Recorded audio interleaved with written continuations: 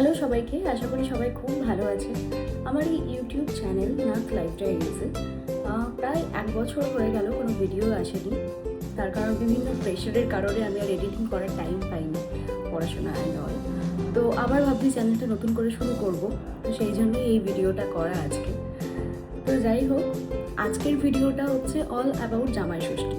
Basically আমাদের হিউস্টনে এখন কটা বাজে, এখন 10:45 বাজে, মানে 11:15 মতো সকাল। তো আজকে হচ্ছে এখানে বুধবার। তো আজকে ভেবেছি যে জামাই ষষ্ঠীটা পালন করবো, যদিও শনিবার চলে গেছে ইন্ডিয়াতে। আমরা আগের বছরও করেছিলাম, আপনাদেরকে একটা শর্ট ভিডিওর মাধ্যমে হয়তো দেখিয়েছিলাম যে কী কী রান্না করেছিলাম। তো আমরা দুজন মিলে এটা সেলিব্রেট করি, বিভিন্ন রকম খাবার বানাই এবং সেগুলোকে সাজিয়ে গুছিয়ে নিজেরাই খাই, নিজেরাই এনজয় করি এভাবেই। সো বেসিক্যালি আজকে কী কী রান্না করব সেটা দেখাবো এবং কীভাবে সেলিব্রেট করবো সেটা দেখাবো। আপনারা প্লিজ আমাদের সঙ্গে থাকুন। আর এরপর থেকে আশা করছি আমি কন্টিনিউয়াসলি আমার চ্যানেলে ভিডিও দেবো, সো দিতে পারবো, চেষ্টা করছি। সো প্লিজ আপনারা সঙ্গে থাকুন আর ব্লগটা শেষ পর্যন্ত দেখতে থাকুন। এখন এসে গেছি কিচেনে, এই হচ্ছে আমার কিচেন, ছোটোখাটো কিচেন। তো এবার রান্না শুরু করব। আর কালকে আমরা বাংলাদেশি স্টোর গেছিলাম, ওখান থেকে ইলিশ মাছ নিয়ে এসেছি। তো ইলিশ মাছটা এখনও ওখানে পড়ে রয়েছে, ওটা এখন ফ্রোজেন আছে, আমি জানি না। ওটা আমার একটা ব্লেন্ডার রয়েছে, ওটা কালকে রাত থেকে বের করে রাখতে হতো, আমি জানি না কখন বরফ ছাড়বে। আর কালকে বাংলাদেশি স্টোরে এই আমগুলো এখানে বেসিক্যালি 2 ধরনের আম পাওয়া যায়, পাকা আম। ইন্ডিয়ান স্টোর যদি আপনারা যেতে পারেন তাহলে ওখানে আলফানসো বলে একটা আম পাওয়া যায়, যেটা মানে একটা 12টার মতন মনে হয় এক পেটিতে থাকে, আর সেটা দাম পড়ে প্রায় $43 মতো। তো আর একটা পাওয়া যায় মেক্সিকান আম, যেটা একটু চিপ ওটার থেকে, যেটা ওই সেম কোয়ান্টিটি, এক পেটির দাম মনে হয় কত নেই এক্স্যাক্টলি আমার মনে পড়ছে না, বাট ওর থেকে একটু চিপ কোয়ালিটি। আর এই আমটা কালকে আমরা নিয়েছি বাংলাদেশি স্টোর থেকে। সো এটা বেসিক্যালি ওরা বললো যে ক্যালিফোর্নিয়া থেকে আসে, কিন্তু ক্যালিফোর্নিয়াতে বাংলাদেশির যে আম হয় সেটাই আর কি ব্রিড করানো হয়, খুব ভালো খেতে। আমি জানি না, তো আজকে এই আমটা কাটবো। আমার প্রথম পাকা আম খাওয়া এটা। এর আগে কাঁচা আম খেয়েছি, কাঁচা আমের ডাল খেয়েছি, কাঁচা আমের চাটনি খেয়েছি, বাট এই গরমের এটা আমার ফার্স্ট আম।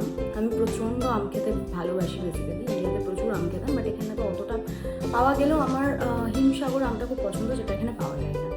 সো এই আর কি, যেটাই পাওয়া যায় সেটা।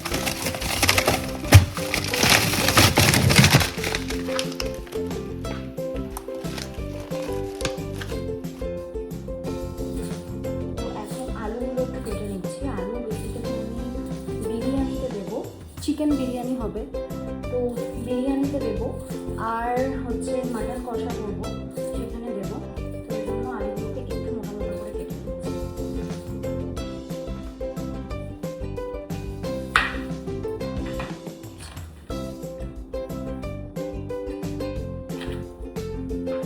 আলু তো কাটা শেষ, এবার পেঁয়াজটা ভাজা হবে, সেই জন্য পেঁয়াজটা সাইজ করে করে কাটবো। পেঁয়াজের সাইজগুলো একবার দেখুন, এটা হাফ কাটার পর। তো এটা এখন আমি কেটে নেব। আদা রসুনের পেস্টটা আমি কাল থেকেই করে রেখেছিলাম, নইলে একা হাতে সব কিছু সামলানো খুব মুশকিল হয়ে যেত। আদা রসুনের পেস্ট, কাঁচা লঙ্কা পেস্ট, তারপর চিংড়ি মালাইকারি হবে। তো চিংড়ি মালাইকারি হচ্ছে যে চিংড়ি মাছ ভাজা, সেগুলো আমি কাল থেকেই করে রেখেছিলাম। পেঁয়াজটা আগে থেকে করে রাখলে গোটা ফ্রিজ বন্ধ হয়ে যাবে, যতই মানে আমি বক্সে করে রাখি। ওই জন্য পেঁয়াজটা আমি দিয়ে কাটাতে হবে। বিরিয়ানির যে চিকেনটা, এটা কিন্তু আমি আগের দিন রাত থেকেই ম্যারিনেট করেছিলাম, একটু দই, বিরিয়ানি মশলা, মিঠা আতর আর সামান্য ভিনিগার দিয়ে। আর মাংসর পিসগুলো কিন্তু বেশ বড় ছিল, তাই সামান্য ভিনিগার দিয়েছিলাম যাতে সেদ্ধ হয় সহজে। আর এটা ম্যারিনেট করে কিন্তু আর ফ্রিজ করিনি, এটা নর্মাল ফ্রিজেই, মানে ডিপ ফ্রিজে না রেখে নর্মাল ফ্রিজেই রেখেছিলাম। চিকেন বা মাটন বিরিয়ানিতে আগের দিন এরকমভাবে ম্যারিনেট করে রেখে দিলে মাংসটা কিন্তু প্রচণ্ড জুসি হয়। কিছুটা পেঁয়াজ আমি বেরেস্তার জন্য স্লাইস করে নিয়েছি, আর এখানে আরও একটা গোটা পেঁয়াজ নিয়েছি। তো সেটা আমি ইলেকট্রিক চপারে দিয়ে এখানে দিয়ে ভালো করে চপ করে নেব। মোটামুটি মশলাপাতির পালা শেষ। এবারে একদিকে আমি বিরিয়ানির জন্য এবং মাটন কষার জন্য যে আলুটা দেবো, ওই আলুটা আমি ভাজতে দিয়েছি। আর একদিকে আমি চিংড়িটা বসিয়েছি, তার জন্য তেলটা গরম করেছি। তো প্রথমেই দেবো হচ্ছে এরকম গোটা মশলা, তার মধ্যে আছে গোটা জিরে, এলাচ, লবঙ্গ, দারচিনি। তো এইটা ফার্স্টে আমি দিয়ে দেবো।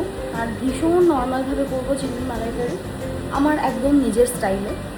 তো আগে চিংড়ি মালাইকারিটা করি, এরপর বিরিয়ানির চালটা মানে ভাতটা বসাতে দেবো আলুগুলো ভাজার পর।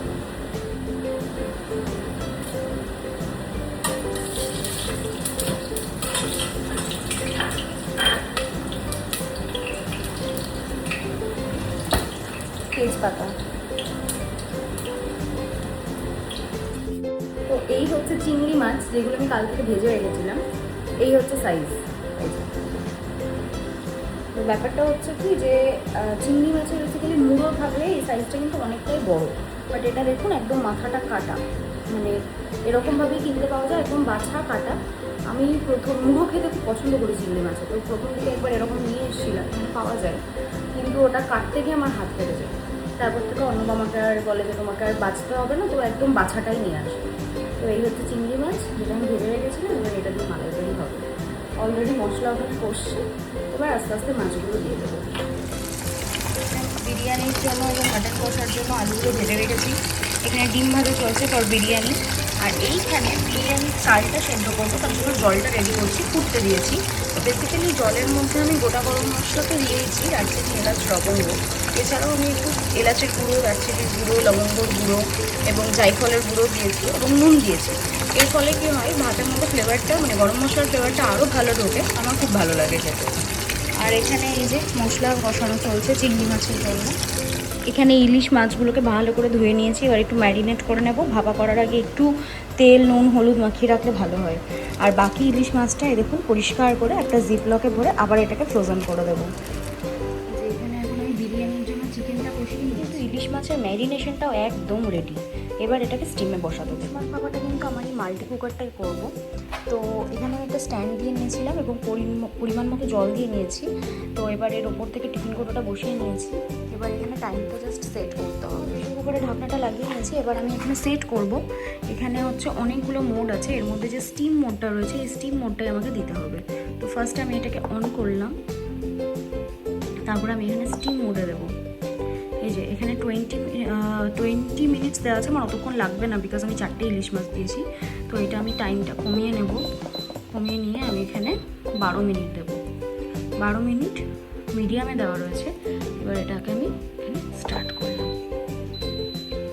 তো এখানে ইলিশ ভাপাটা হোক, তা করতে করতে আবার অন্য রান্নাগুলো করে।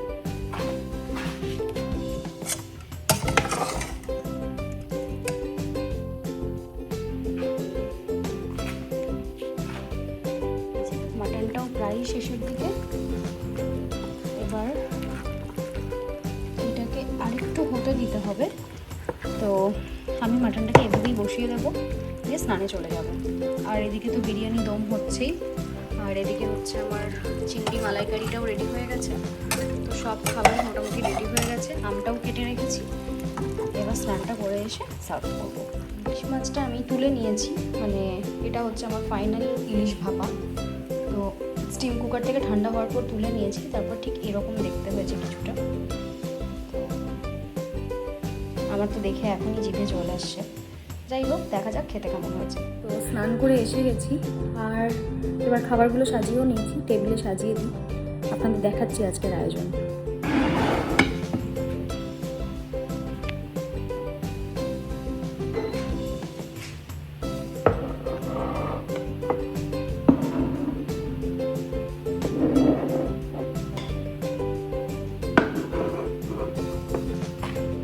এই যে এখন খেতে বসে গেছে। কি রকম লাগছে এত খাবার দেখে? দারুণ, খুবই সুন্দর, থ্যাংক ইউ।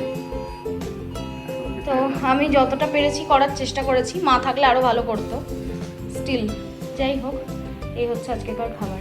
তো এই আমি একটা প্লেটই সাজিয়েছি খাবারগুলো, তার মানে এক প্লেট থেকে আমরা দুজন মিলে খাবো, কারণ এই যে যতটা পরিমাণে খাবার আমি নিয়েছি এটা মানে দুজনের জন্য এটা আমাদের বেশি। তো সেই জন্য আমি একটা প্লেটই সাজিয়েছি, এবার আমরা দুজন মিলে খেতে বসবো। ওর কাছ থেকে খাবারের রিভিউটা নিই। কেমন হয়েছে খাবার খেতে? বিরিয়ানিটা তো দুর্দান্ত, মায়ের মতো করতে পেরেছি? পারফেক্ট। তো আমার মা খুব ভালো বিরিয়ানি করে, আমি চেষ্টা করেছি মায়ের মতো করার, তো বললো খুব ভালো হয়েছে। ঠিক আছে, আমি খেয়ে নিই, তারপরে আবার দেখা হচ্ছে। ফাইনালি আমাদের খাওয়া দাওয়া কমপ্লিট হলো। প্রতিটা রান্নাই সত্যি বলতে ভালো বানিয়েছিল। তো যাই হোক, খাওয়া দাওয়া কমপ্লিট হলো, খুব তৃপ্তি করে খেয়েছি আজকে। দুজনেই খুব ভালো খেলাম। তো আজকে ভিডিওটা এতটুকুই ছিল। আজকে ভিডিওটা এখানেই শেষ করছি। ভিডিওটা পুরোটা দেখার জন্য প্রচুর প্রচুর থ্যাংক ইউ। এবং যদি ভিডিওটা ভালো লেগে থাকে তাহলে ভিডিওটাতে একটা লাইক করে এবং আমাদের চ্যানেল নাথ লাইফ ডায়েরিজ চ্যানেলটিকে সাবস্ক্রাইব করে আমাদের পাশে থাকার অনুরোধ রইল। এবার চেষ্টা করব সময়ের মধ্যে ভিডিও পোস্ট করার এবং প্রতিটা যা কিছু করছি সেগুলো ভিডিওর মাধ্যমে আপনাদের সাথে শেয়ার করার চেষ্টা করব। আমাকে অনেকেই বলেছে যে এটা কেন বন্ধ করলাম বা কিছু, তো সেখান থেকে আমারও মনে হলো যে ঠিক আছে এটা শুরু করা যাক আবার। তো যাই হোক, আমাদের চ্যানেলকে সাবস্ক্রাইব করবেন প্লিজ। আর ভিডিওটা ভালো লেগে থাকলে ভিডিওটাকে একটা লাইক করবেন। থ্যাংক ইউ, সবাইকে অনেক ধন্যবাদ।